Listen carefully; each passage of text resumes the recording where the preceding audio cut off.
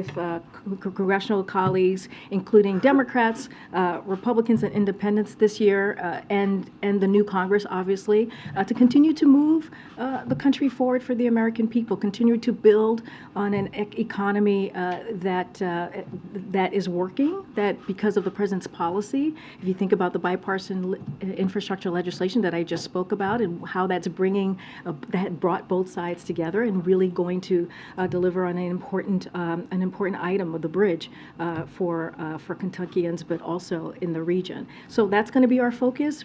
We're certainly not going to insert ourselves in what's happening on the other side of Pennsylvania Avenue. And just a couple of national security questions for you, foreign policy questions. Does the White House have any response to the Israeli national security minister's visit to the Temple Mount? Does it believe that was constructive? Yes, so this is the mosque that you're talking about by the National Security Advisor there. Look, so the United States stands firmly, and we've been very clear for preservation of the status quo with respect to the holy sites in Jerusalem.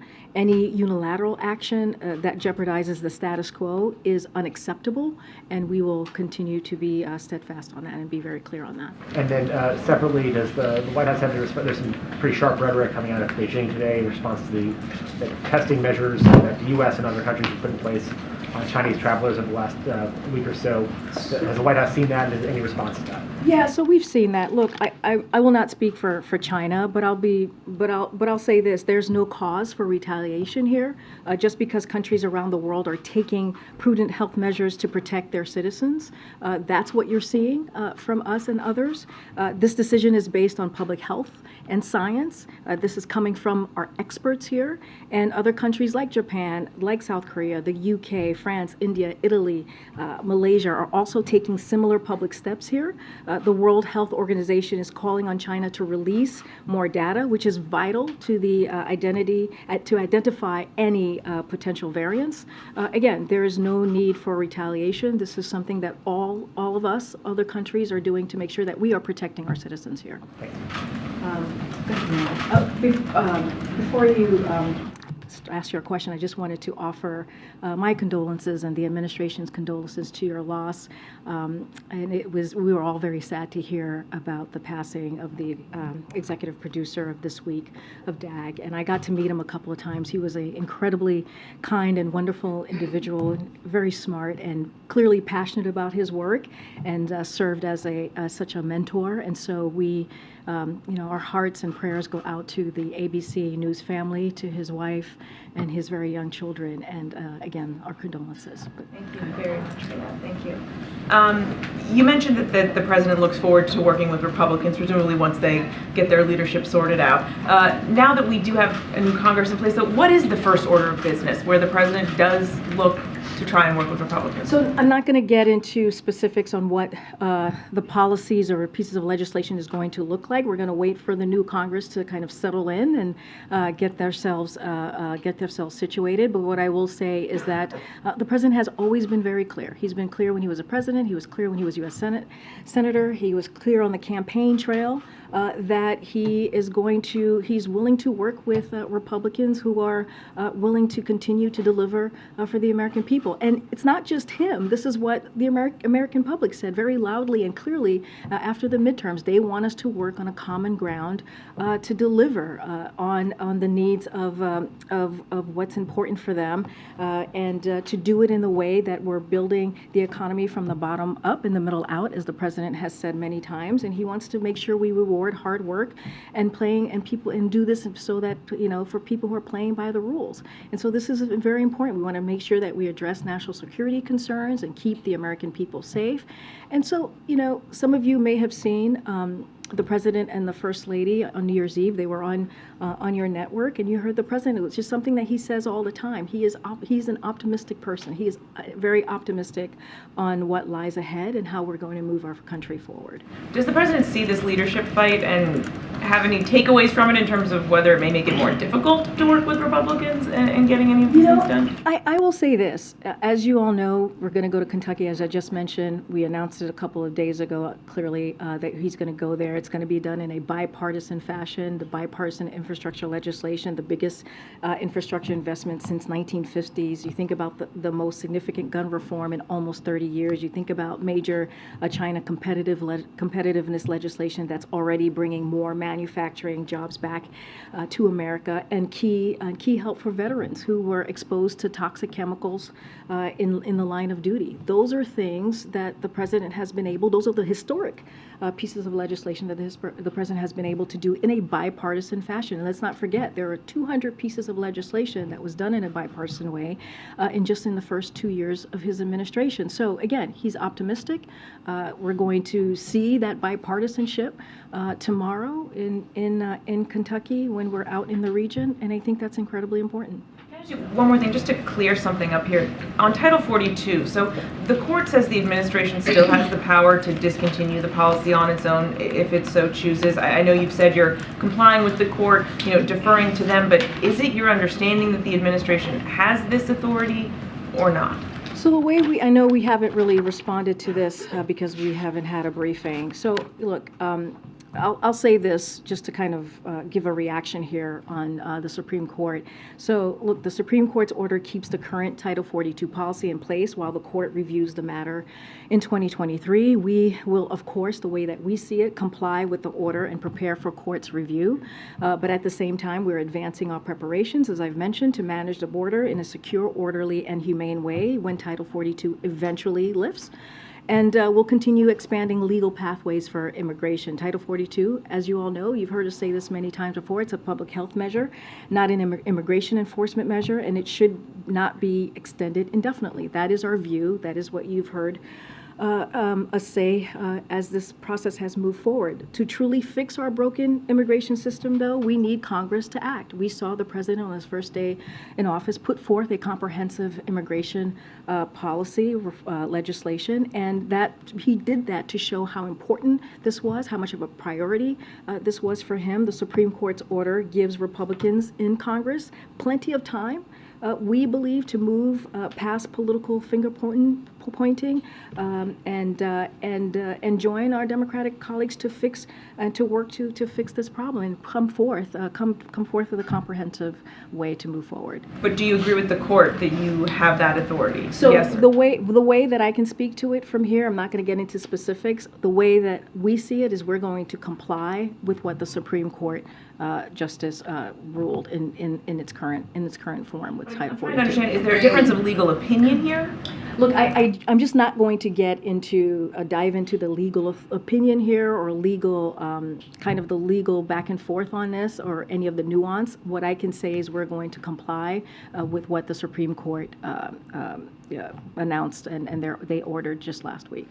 We're not going to get into the legal opinion. Say whether or not you think you have that authority or not. I'm just not going to speak about it from here. That's a DOJ is doing the legal components of this. What I can say is we're going to comply with the Supreme Court order as it stands from last week. Thank you, Karine. Just first, quickly on McCarthy again. I'm just curious if the president made this case on the campaign trail last year about how basically a vote for House Republicans would mean handing over leadership to MAGA extremism, in his words. Do you feel like this is an illustration of that in some way, and do you think it'll make it harder for you to get deals done? I mean, the way that we see it is that, look, if you think about the midterms, and if you think what was being written about leading into the midterms just a couple months ago, which was there was going to be a red wave, right? That's what we kept on hearing, and that didn't happen. Right? What we saw was the American people said very loudly and clearly they wanted us to come together and work towards a common ground, right? Whether it's to deal with the economy, continue to build on the president's economic policy, whether it's our national security, whether it's protecting women's health care, all of those things is what we heard from the American people, or protecting our democracy. And so the way we saw it, and it was historical, right? If you think about a Democratic president, and what we saw from those midterm elections, we hadn't seen anything like that in 60 years from a Democratic president, the success from the midterms. And it happened and it occurred because of this president's leadership, because of his messaging, because of what we led with, right? Because of all the policies that I just mentioned, including the bipartisan infrastructure legislation, right? Including the American Rescue Plan, which was the first piece of legislation that this president signed to get our economy back on its feet. And so we see this very differently. We see that the American public has given us a charge to work together, to work in a bipartisan way, to continue to build on what the president has been able to do the last 2 years. And did you invite Kevin McCarthy to the January 6th commemoration that you're holding here on Friday? I'll have more to say on what we're going to be doing on January 6th. Just don't have anything to share at this time. Okay, and then just one other topic. Do you have any reaction to the missile strike that killed several dozen Russian military personnel, and understand it was U.S. arms that were used in that missile strike? Any comment or concern about So that? I don't have an assessment for you on this. I would not want to speak for Ukraine about their own military operations. Again, I just don't have an assessment to share at this time. And has the president discussed it with Zelensky at all? I don't have anything to read out for you at this time. Go ahead. The event tomorrow is an interesting contrast with what we're seeing on the House floor today. Was that intentional? Were you thinking through, President, Senate Minority Leader, a bipartisan law the day after what I think everybody expected was going to be a rather chaotic day on the House floor? Phil, it really speaks to what I just kind of laid out for Trevor as we talk about the results of the midterm election and what the American people said very loudly and clearly. They want us to work together. They want us to work towards a common purpose that will deliver for them.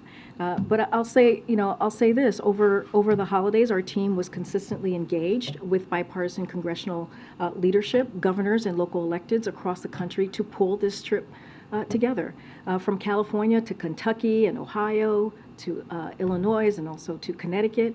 And so this is important. And let's not forget, this is a bipartisan piece of legislation, this infrastructure legislation that was done many, many months ago. And so this is what we're going to see, what you all are going to see tomorrow. Certainly I'm not going to get ahead of the president, is going to focus on this bridge, which is a main artery in that region that delivers for not just the people of Kentucky, but for that region as well. And so the president will speak more about this.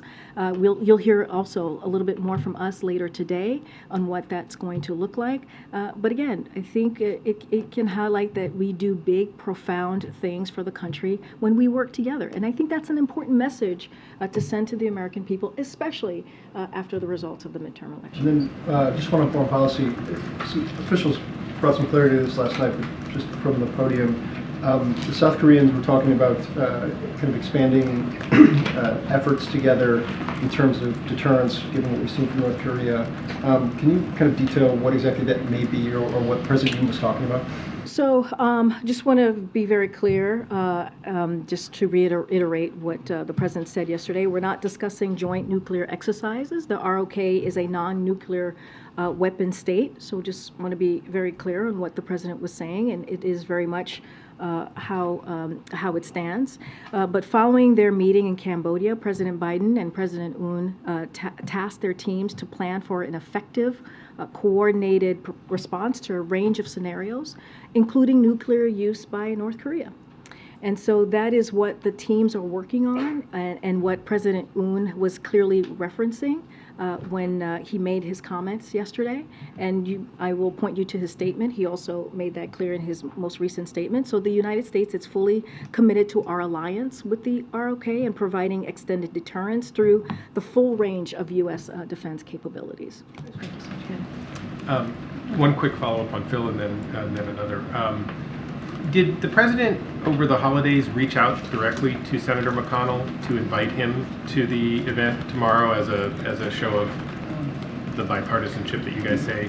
So as you know, we do not talk about or lay out private conversations with congressional leadership. Well, sometimes we do, but When it's in your interest. well, you know. All right, you may have caught me there a little bit, but look, I'm not gonna. You're gonna see them tomorrow. You'll be able to see for yourself that relationship that has been, they've known each other for some time now. But look, again, I'm not going to get into private conversation between the president and members of Congress. But what I can say and share with all of you is that our team was consistently engaged with bipartisan leadership, as I just mentioned, not just in Congress, but also with governors and local leaders. And this is an important issue, right? Again, let's not forget. What the American people said very loudly. They want us to continue to build on policies like the president's going to talk about tomorrow. This bipartisan infrastructure legislation, and want to be very serious here. When you think about infrastructure, it is connecting communities, and that's what it is one of the vital things that we will see tomorrow when we are at the bridge. And then one just real quickly about the next trip, the Mexico City trip. I imagine you guys are going to do some sort of briefing later, but can you give us some sense of what the agenda is? Obviously trade, but immigration, Title 42. What's the message? And I admit I don't have the details, but apparently there was some reporting this morning that AMLO had sent a letter or some sort of communication to the U.S. this morning detailing what he wants to be on the agenda. So as you stated, we'll have more details on the trip, including deliverables in the upcoming days. I'll say a little bit of what we've already shared. As you know, we're going to go on the 9th and the 10th. The president's going to be traveling to Mexico City for the North American Leaders Summit alongside President Andres Manuel Lopez Obrador of Mexico and Prime Minister, Justin Trudeau of Canada. The NOLs will be an opportunity for President Biden, Prime Minister Trudeau, and President of Mexico to promote a common vision for North America with concrete initiatives that will address climate and environmental challenges, increase North America's competitiveness, protect the health and safety of our citizens, jointly respond to irregular migration in the region, and advance diversity, equity, and inclusion as well. We will, as you noted, as we get closer to the trip, we'll certainly have more to share with all of you. Thanks, Anne. Yeah, quick one. Were Senators Rand Paul or J.D. Vance invited to the event tomorrow? Don't have anything to share on who was invited or not invited, but I can tell you who will be there tomorrow. Okay, and the president... I would point you to their offices. The president had said that he was going to spend this lovely holiday season talking to his family. Has he decided whether or not to run for re-election, and when will he tell us? Oh, goodness. Tell us now. She's smiling for us. So look, as you know, I have to follow the law in terms of what I can discuss here. We do believe in the rule of law. I know some of you had something to say about that just a couple of weeks ago, but we do believe in the rule of law, and we will respect it, and we will honor that here from this administration. So look, you've heard the president say this directly after the most successful first midterms for a Democratic president, as I just stated, in 60 years, especially as we heard very loudly from the American people and the message that they sent. Look, he has said that he intends to run, and I'm certainly not going to get ahead of the president. What I can say is that his focus will continue to be and has always been on the American people. It is going to continue to be and has always been on what we can do to improve their lives. It will continue to be and has always been, how do we build on his economic policy? How do we build an economy from the bottom up and the middle out?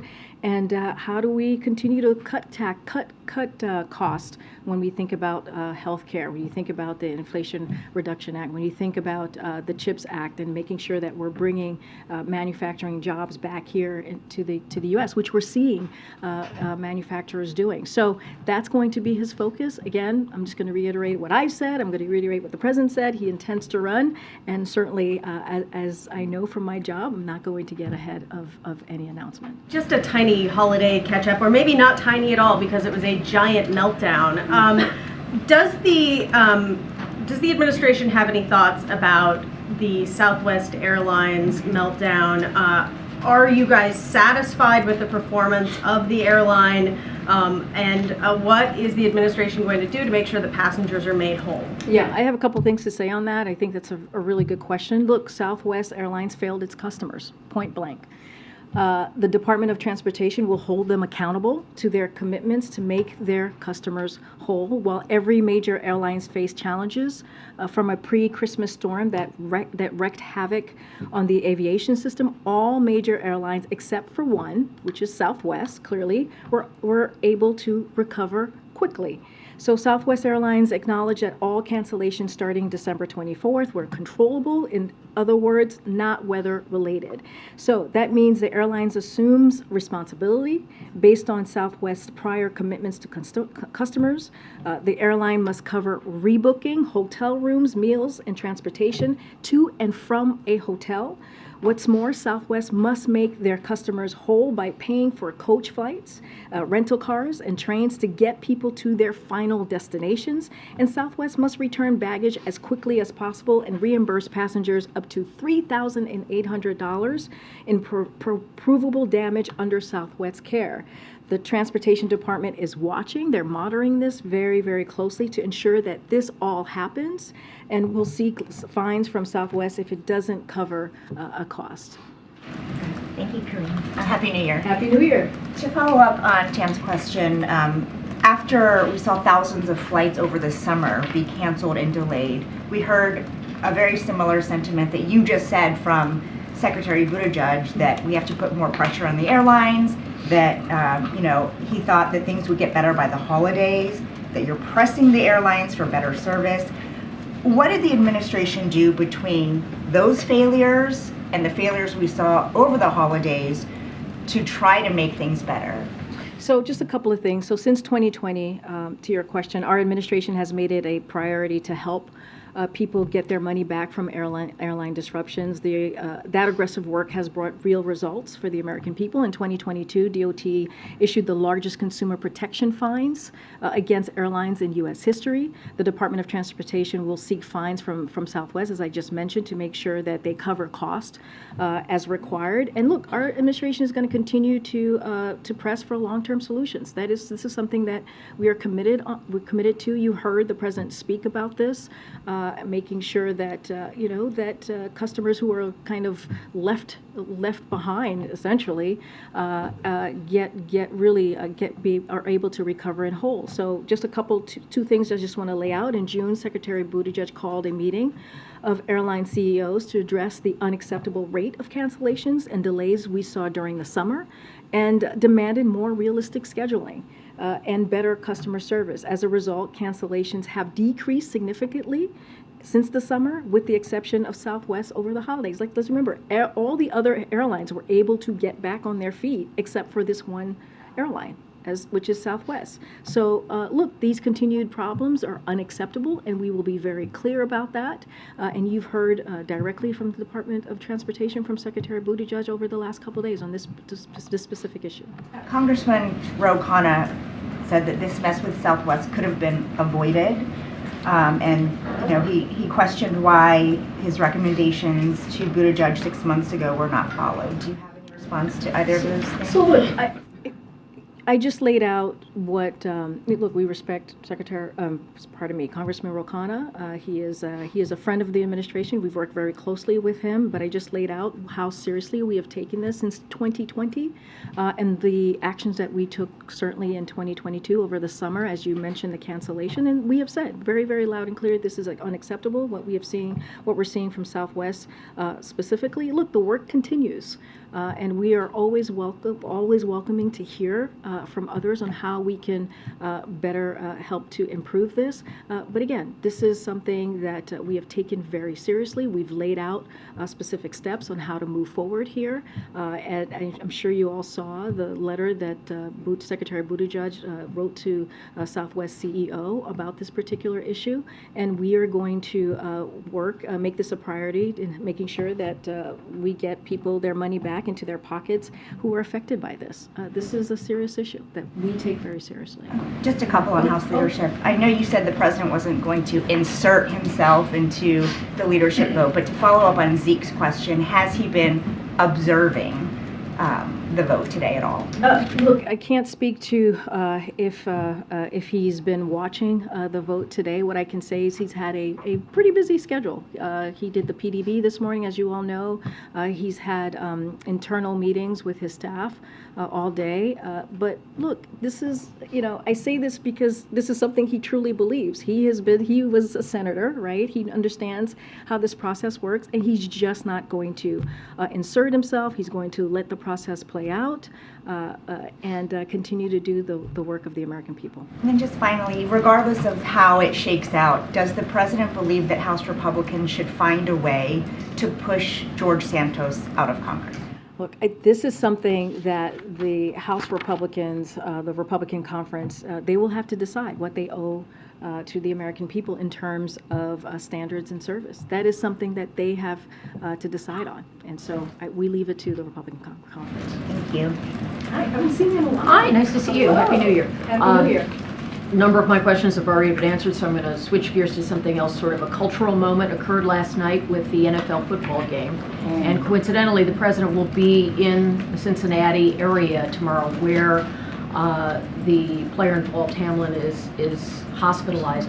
Does the president or the White House have any reaction to that particular incident and where it stands with player safety and just how this really had a big impact on sports fans in the United States? So certainly the president has seen the horrific news of Demar Hamlin's cardiac arrest during the game last night. It was, as I said, horrific, and millions of people saw that across the country. So, I'll say that, we hope his condition and his health improves quickly.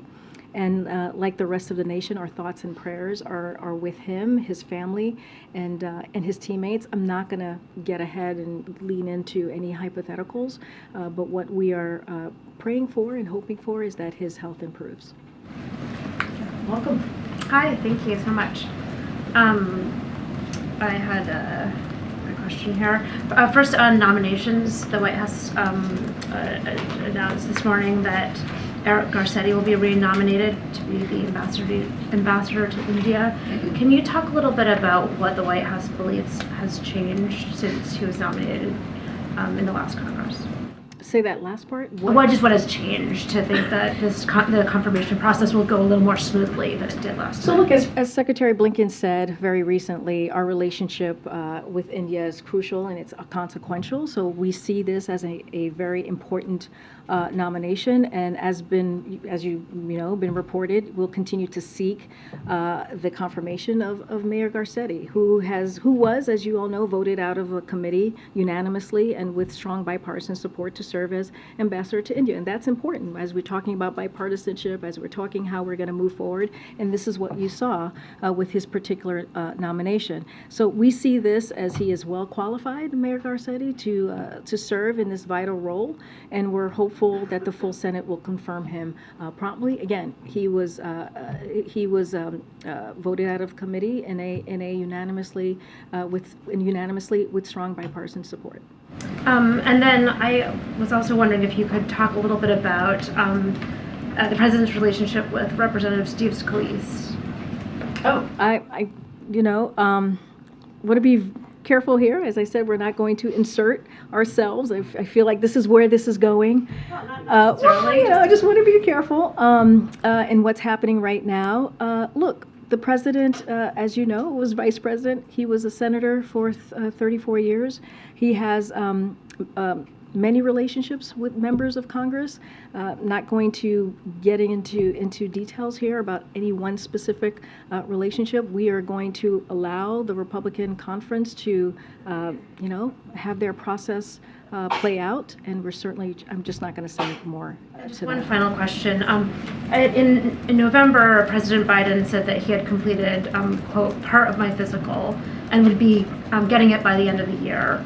Has the president completed his physical, and will the White House be releasing? We are, to start with your last comment first, we will be releasing his full physical in a transparent way, the way that we did the first time around as president. So that is going to happen. I've said that before from here. Don't have a timeline for you. It's going to happen in the next probably couple of months. But I'll say this, the doctor has said this as well, is that the president is in good health. He's very active. You see it for yourself with your own eyes, but we will be sure to be transparent, just like we were the first go around when he in his first year as his presidency. Thanks, Stephen. Thanks, Karine. It's been a century since the House of Representatives has failed to choose a speaker on the first ballot. Since then, a couple of modern exigencies have been essentially offered by the Congress to deal with modern potential problems. One is presidential succession. Another would be intelligence briefings.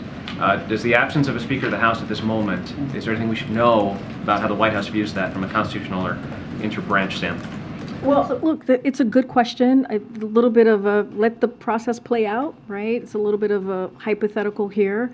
I don't have the specifics on how that works out. But look, we have to see what the Republican conference does. Again, we're not going to interfere. We're going to let that process play out. Just don't want to kind of dive into any hypotheticals until we see what occurs today. Broadly, since January 6th, the president has talked about how foreign leaders have approached him and asked him about the health of American democracy. Is there a message the White House would send overseas today as people look and see that the House of Representatives has failed to choose its speaker? Does it portend gridlock for the next 2 years, an inability of government to function here in the United States? Look, I think the president would point to what the American people have been very clear about, what the American people said, and I said this earlier. Look, the outcome that was reported by many and kind of said by many folks just in this space, in the D.C. bubble, was that there was going to be a red wave, right? That it was going to be a very different outcome. And the American people were very clear. They want us to continue to fight for our democracy. They want us to continue to work on an economy that builds, that doesn't leave anybody behind and build an economy from the bottom up, middle out. And I think that's important. It's important that that's what the American people said, very loud and clear. Look, again, not going to insert myself here, or the president's certainly not going to insert himself in what's happening today. We're going to let the process play out.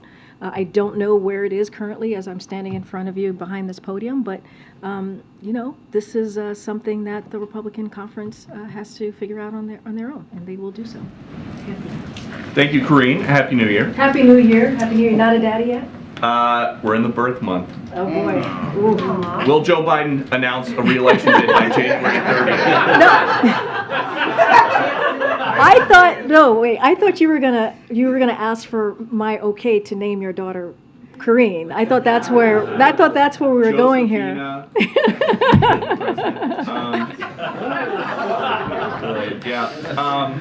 I don't know. I think Karine sounds just as good too. Okay. Yeah, I'm just saying. Take it under advisement. I'll follow up to some of the immigration news from over the break. Does anybody around here think that the southern border is secure? What I can tell you is this is a president has been working since day one to work on border security, to make an immigration a priority. That's why he put forth a comprehensive immigration reform plan, legislation. And here's the thing. As the president is coming forward and trying to come up with solutions, the difference here is that you have Republicans, as you know, who are doing political stunts. And, and we've called that out over and over and over again. And the president is willing to work with Congress, Republicans, Democrats, Independents, to work on these issues that matter to the American people. But this is an issue that the president has taken very, very seriously since day one of his administration. But roughly 7,000 migrants crossing every day illegally. Does the White House believe the border is secure? Look, I've told you what we have done, what we have made this a priority. To make sure are they working? To make sure that there's border security measures. Look, here's the thing, Peter. the president has taken historic actions, right, that no other president has been able to do. When you think about the 23,000 agents that we have been able to put out there to deal with the issue that we're seeing at the border. And that is something that he did without a lot of Republican support. Right? Make sure that we are dealing with a real issue. When you think about the smugglers, really putting a plan in place that we deal with the smugglers, right? And we have to be very careful here, Peter, on how we talk about this, because if we talk about it in a way that is misinformation, then it helps the smugglers. And so these are the issues that the president has taken incredibly seriously.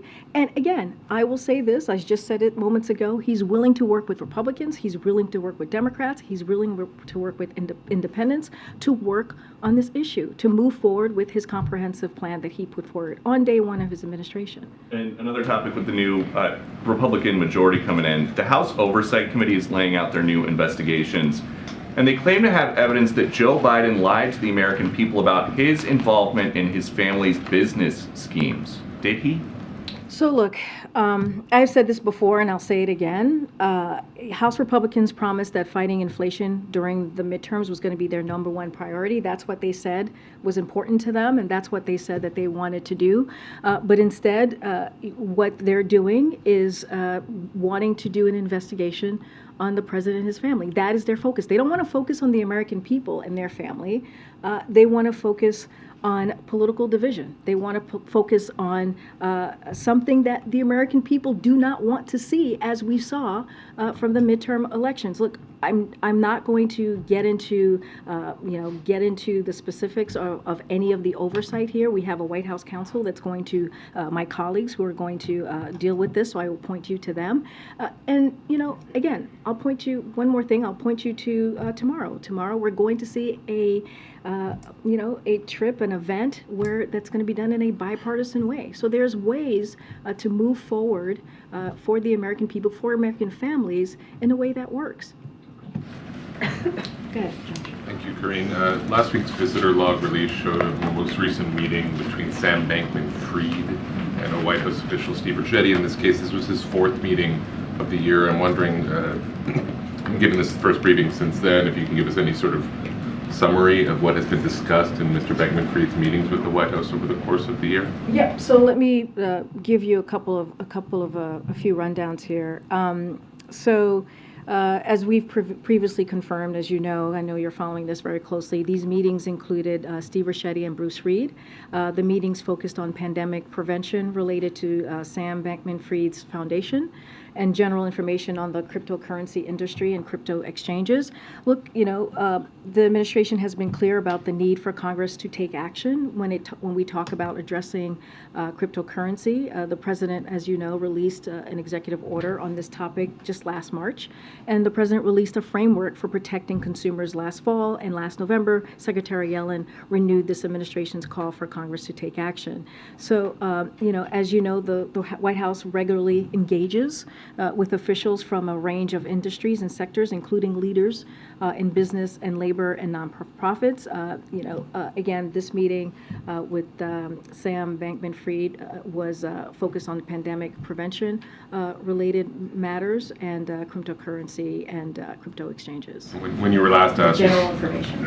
Thank you. You said that you couldn't comment on whether the president has any view about whether Democrats or Democrat-aligned groups should consider returning some of the donations Mr. Bankman-Fried made. I'm just circling back on that to see whether that's still the case. Yeah, he has no view on whether this money that is should... still the case. I don't have anything to share or any change of my comments that I've made before on this.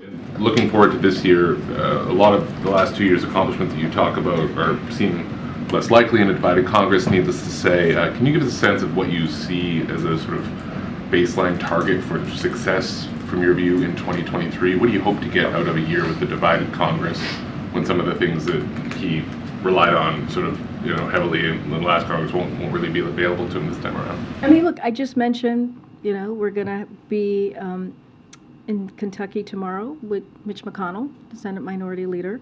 And I think that's important. I think that shows how it is important for the president to show that bipartisanship, right? It is important to show that how the bipartisan infrastructure legislation is going to make a real difference to Americans across the country. And so I think that I know there's a lot of doubt, and I know tends to be a lot of this is politics. There tends to be a lot of negative kind of thinking on how we move forward. But look, this is a president, as senator, as vice president, who has worked across the aisle and has been successful at that. Again, I laid out some key historic. We're talking about historic pieces of legislation that will change the lives of American families across the country. And so that matters. So we're going to continue to do that. We're going to continue to work with Democrats, Republicans, independents who are willing to continue that work that he has done the last 2 years on building on his economic policy. It does not end. It doesn't end in the last Congress, and it hopefully will continue in a new Congress. Are there any particular topics where you think bipartisan bills are possible? I'm not going to get into specifics right now. I'm not going to get ahead of the president on what that's going to look like. What I can say is, when it comes to lowering costs, medical cost for the American people, as we started to do with the Inflation Reduction Act, we want to continue to do that, right? As it comes to making sure we're creating good paying union jobs, clearly we want to continue to do that. We want to continue to fight inflation, which is the president's #1 economic priority. So all of those things still stand. It's just a different year. Karine, I want to kind of piggyback off of Stephen's questions. Today is a very newsy day on the Hill, and the number 218 for the second time is elusive for Kevin McCarthy. What do you say to the American public as we're still figuring out what's happening on Capitol Hill? And this is not just about a vote. It could be a constitutional issue. Look, I just don't want to be really careful here. Not going to, you understand the power of the podium here, not going to insert myself on something that is currently happening on the other side of Pennsylvania. Not going to get involved, not going to name names, just going to let that process move forward. And this is something also that the president understands. Like, this is a process that they have to decide on. But how do you reassure, how does the other side of Pennsylvania Avenue reassure the American public as the democracy is going through growing pains? Some may say there are cracks in democracy. How does this White House reassure the American public as all of this is going on? So look, separately and aside to what's going on, as we're talking about our democracy, and the president has been very clear, we have to continue to fight for it.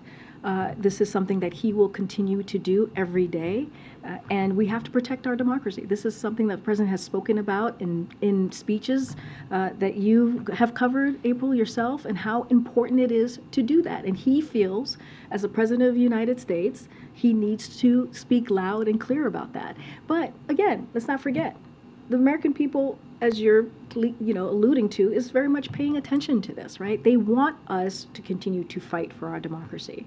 They want us to continue to protect our democracy. I don't want to, not going to get into what's happening on the other side of Pennsylvania, but this is, as it relates to our democracy, this is something that the president takes incredibly seriously. And lastly, at the very least, Hakeem Jeffries will be minority leader of the House. Has the president talked to him recently? What is their relationship, etc.? Look, I don't have a call to read out to you, but I can say that we are looking forward to working with Minority Leader Jeffries. We see him as a partner in this. He is incredibly impressive. The president believes he's incredibly impressive, and we look forward to working very closely with him, as we have been these past 2 years. And I think it's important, right? It's important to see that type of representation at that level. But aside from that, Hakeem Jeffries is a brilliant thinker, a great legislator, and again, we congratulate him on his new role, and we'll continue to work closely with him.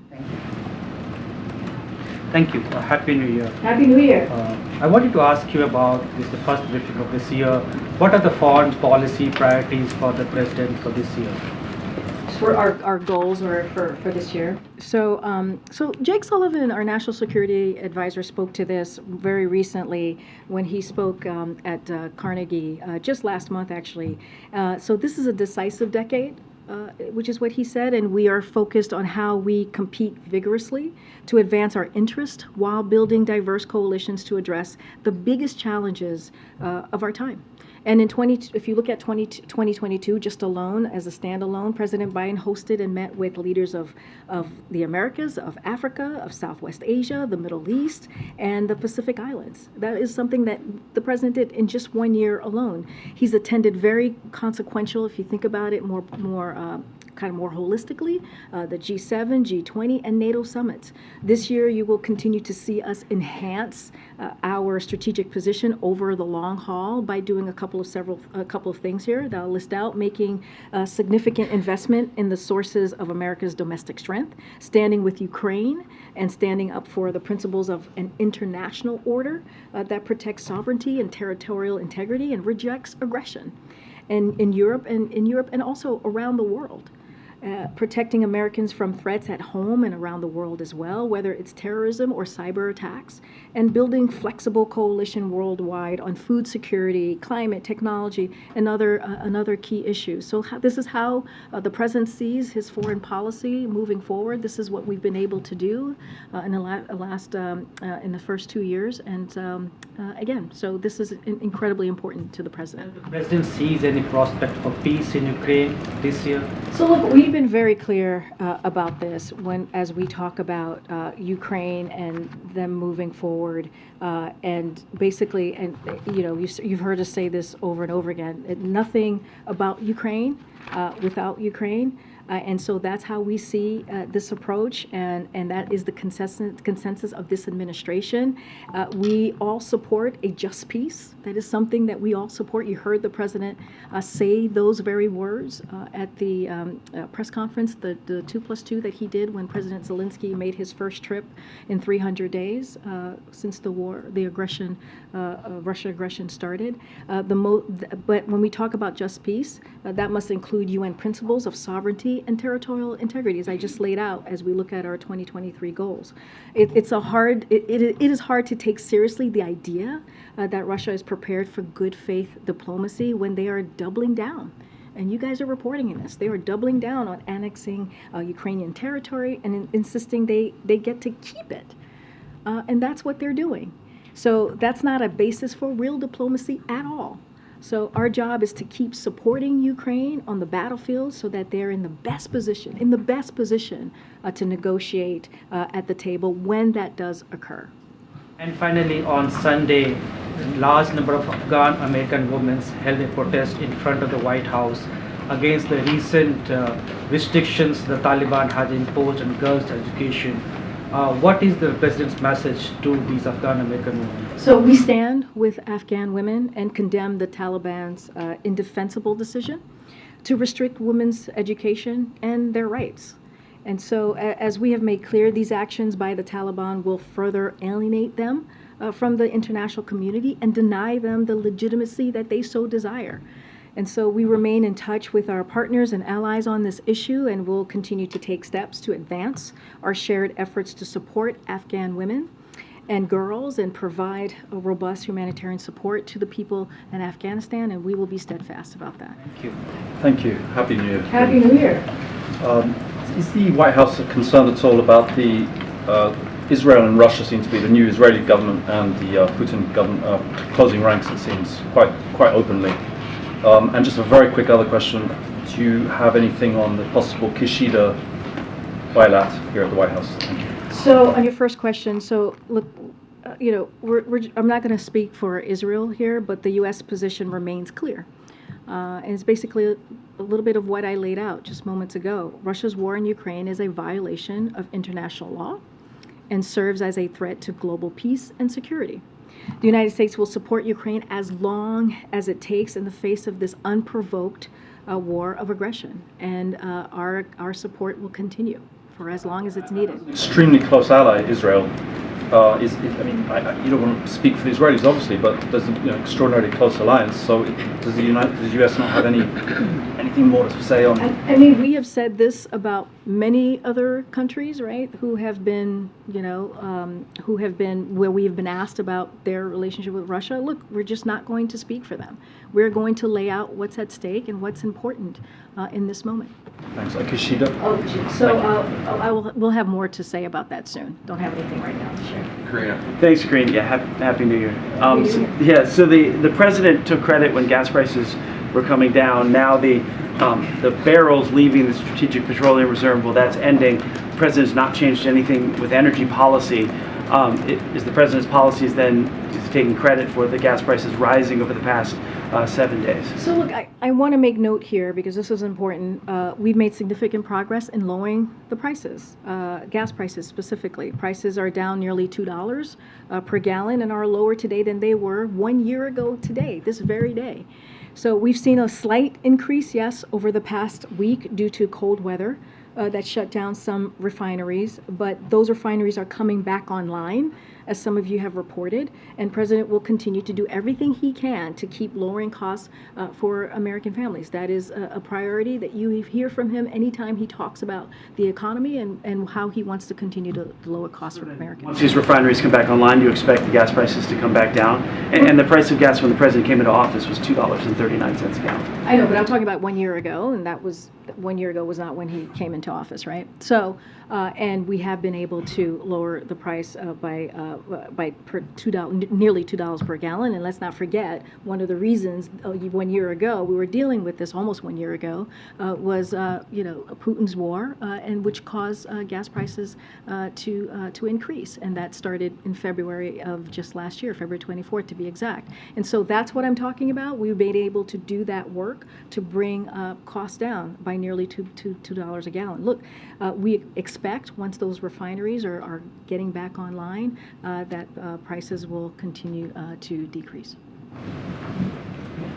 Thanks, Karine. Back on the president's trip to Mexico in the next few days, what is his message, or will his message be when he's there, to would-be migrants who may be confused about what the United States' immigration policies are right now, given the back and forth over Title 42? And is there any specific action that he wants President Lopez Obrador to take to help lower the number of legal border crossings? So look, I'm not going to get ahead of what's going to be discussed or what's going to be on the agenda. We'll certainly have more to share in upcoming days as we get closer to the trip on January 9th. Look, irregular migration is certainly one of the key issues facing our hemisphere, and it will certainly be one of the important topics of discussion at the NALS, right? That is something that certainly will be discussed. The president is looking forward to meeting with Mexico and Canada to continue coordinating a regional response, which you have seen over the past several months to irregular migration in the region, including through the continued implementation of the principles outlined in the Los Angeles Declaration on Migration and Protection. So we have been working with the two countries for this past year or so on dealing with irregular migration. That is going to continue. Certainly not going to get ahead of that. There's a weird noise happening.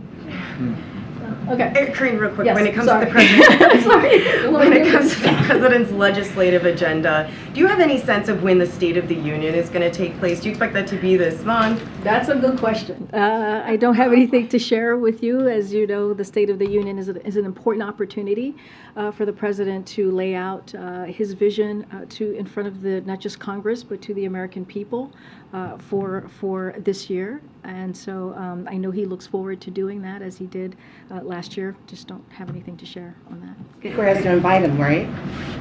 The Speaker does have to invite the That's president, right. but perhaps the president would like to do it this month versus next month. The Speaker, you're right. The Speaker does have to invite him, so don't want to get ahead of that process. Okay. Thanks, Karine. D.C. Mayor Bowser, in her inaugural speech, called on President Biden to end work from home for federal government employees or turn over vacant government buildings. She said, "We need decisive action by the White House to get most federal workers back to the office most of the time, or realign their vast property holdings for use by the local government, nonprofits, businesses, or, she said, any user willing to revitalize it. Does the White House have a response to Mayor Bowser, and has anybody spoken to her about this proposal that she wants? So this was yesterday. So I haven't checked with the team to see if anybody has talked to her about this or connected about this. But increasing the supply of affordable housing is a priority of this administration. As you know, we've talked about it many times over this past 2 years. That's why the president put forth the Housing Supply Action Plan, and that was to ease the burden of housing cost over time by using a mix of administrative and legislative actions to boost the supply of quality housing in every community. I don't have any announcement to make from here or to any response really to Mayor Bowser, but clearly this has been a priority for this president, which is why he put forth this plan, this action plan. Specifically on the issue of federal workers, in his Christmas speech on December 23rd, the president said, things are getting better, COVID no longer controls our lives, our kids are back in school, people are back to work. What does he see as the future of federal work in DC for the federal workforce in terms of employees working at home versus working in the office, given the large numbers of employees and the large numbers of buildings that they work in this city, and what that means for the downtown area here? No, very good question. Don't have an announcement to make at this point. Look, we listen to the experts, right? We certainly follow the science and listen to the experts. Just don't have anything to announce today on any changes to that particular, as it relates to federal buildings and federal workers. But look, just to reiterate what the president said, we are in a different place than we were when he walked into this administration. He put together a comprehensive COVID vaccination plan that made a difference, that helped put our economy back on its feet. And look at us today. I remember you guys, some of you were here for Jen's first briefing. There were 14 of you masked up.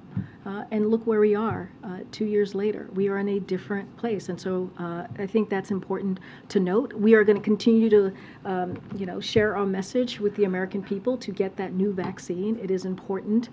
It will help continue to get us back into a place where it doesn't disturb our lives the way it did 2 years ago. We know the tools that work. We know what we need to do, and so we need to make sure that we continue to communicate with the American people on getting that vaccine, and so we'll continue to have that conversation. Thanks, Karine. Oh, okay.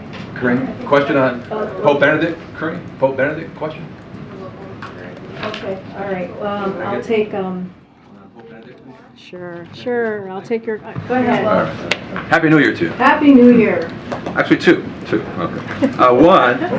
Two questions. Well, same on Pope Benedict. Okay, Happy New Year's two, meaning two. Okay, gotcha.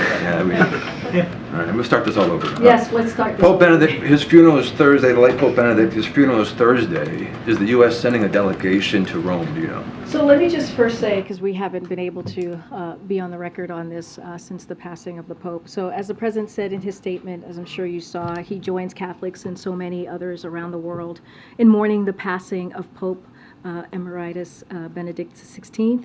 He will always remember the Pope's generosity and meaningful conversation they had when he visited the Vatican in 2011. So to answer your question, the U.S. Ambassador to the Holy See, Joe Donnelly, will represent the United States at the funeral of the Pope in line with the wishes of the late Pope and the Vatican. This is what their requests were. This is what their wishes were. And so that's what you'll see from the U.S. Following up, I know you read a statement there, but what did Pope Benedict mean to President Biden as a Catholic? The President, as you know, he takes his faith very seriously. This is someone who is passionate about his faith. That's not something I even need to tell you. You know this for yourself. And he remembers the Pope. Generosity and his meaningful conversation they had when they visited, when the President visited the Vatican back in 2011, and so that's something that the President remembers and holds very close to heart. Okay, all right, guys. What technical issue? All right, well, guys, I'll see you on the road tomorrow, and we'll be back in the briefing room on Thursday. Thanks, everybody. Thank you. Thank you.